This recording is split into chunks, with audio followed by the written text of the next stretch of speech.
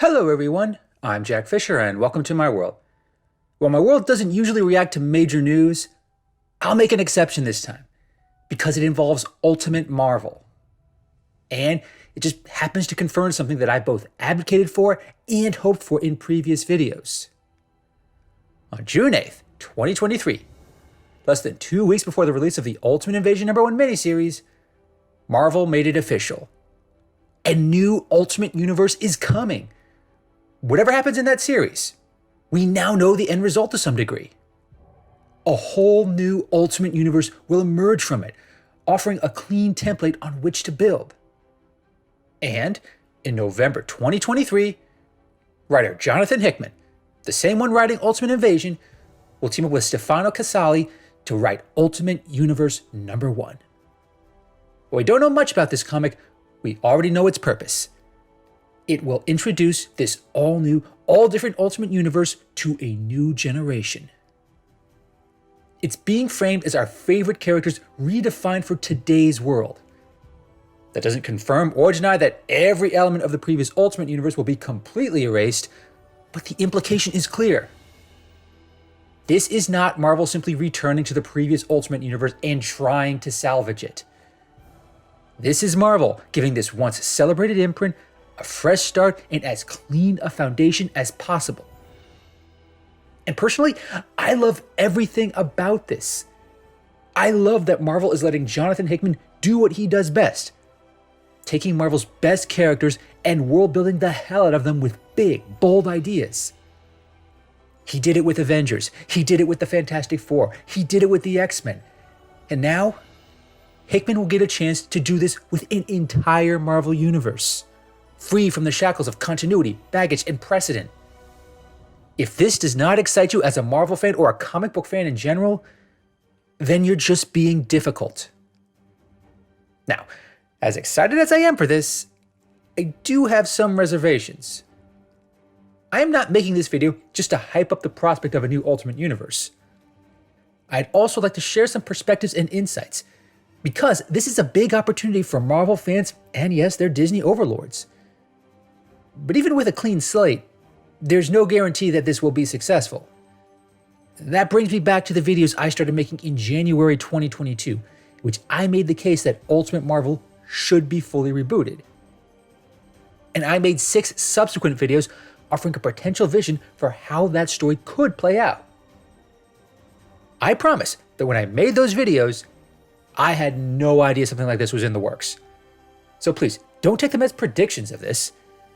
I highly doubt anyone working at Marvel even saw my videos, let alone took them seriously. But I refer to them because throughout the course of that endeavor, I made a few recurring points, both in regards to how the former Ultimate Universe played out and what a rebooted version needs to do in order to succeed. In light of this news, I think some of those points are worth making again.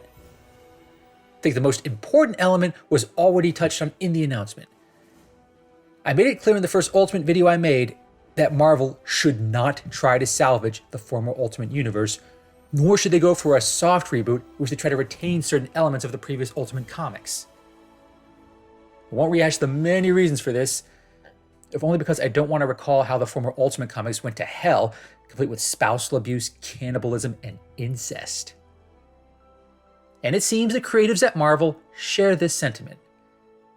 In Marvel's press release, they're calling this new Ultimate Universe a fresh start for a new generation, a chance to see your favorite characters redefined for today's world. And it's that last part, today's world, that I think is most relevant. Because when the first line of Ultimate Comics came out in the early 2000s, the world was in a very different place. Marvel as a company was in a very different place. It hadn't yet been purchased by Disney, Marvel Studios didn't even exist, and comics as a whole were going through a messy maturation process. Marvel and other publishing companies were trying to make its characters less campy and more edgy. And at the time, that effort worked and it made sense. Giving a new, more mature take was just what the comics industry needed. Ultimate was pitched as the Marvel Universe as if it unfolded in the present day. And as a fan at the time, it really stood out from the mainline comics. For a while, Ultimate Comics were among the best comics in the whole industry. But that style of Marvel, a darker, edgier take with more cynical, jaded superheroes, that just wouldn't work today.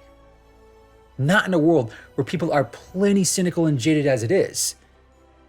And part of what makes superhero media so popular these days is that it presents us with a vision of a better world inhabited by remarkable individuals.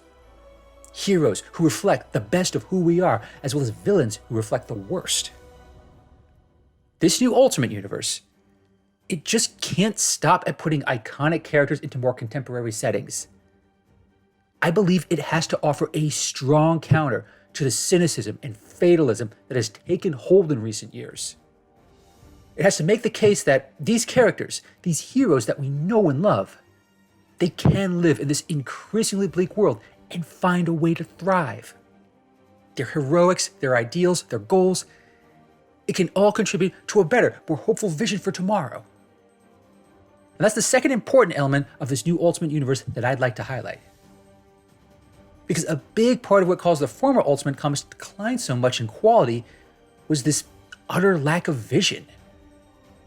Once Mark Millar and the original creatives left, the comics just completely lost any sense of direction. Future writers just stopped trying to build towards something greater, and Ultimate Marvel just basically became a dumping ground for ideas and stories that could not be told in the mainline comics. That's how we got such ugly moments like Ultimates 3, Ultimatum, and Ultimate End. But just because these stories can't be told doesn't mean that they should be told. That's something else this new Ultimate Universe needs to avoid. In addition to having a real creative vision, it also has to have certain guidelines and standards. It can't just be different for the sake of being different. It can't just give us overtly different versions of familiar characters, versions that do not reflect the spirit and persona that fans know and love. There's certainly room for new ideas and innovations with Ultimate Marvel. That's how we ended up with new versions of Nick Fury, Spider-Man, and Reed Richards. But it's a matter of balance, using both familiarity and novelty to create something memorable. That's a big part of what makes the Marvel Cinematic Universe so successful. And that's what'll help this new Ultimate Universe succeed in the long run.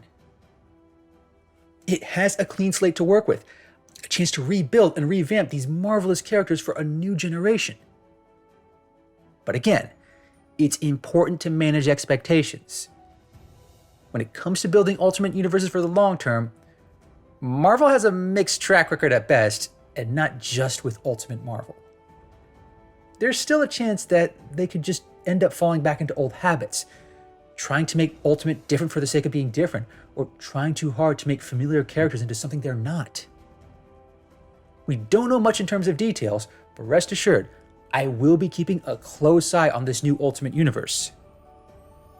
Having advocated for it, I am very interested in seeing how it plays out, as well as how much of my previous hopes and concerns are reflected in the final product. It'll all start with Ultimate Invasion, but after that, so many more possibilities will emerge. And ultimately, I hope they lead to a new Marvel Universe that's as awesome as it deserves to be. Thanks for watching, everyone, and thanks for joining me in my world. Please remember to like, comment, and subscribe, and until next time, take care and stay safe.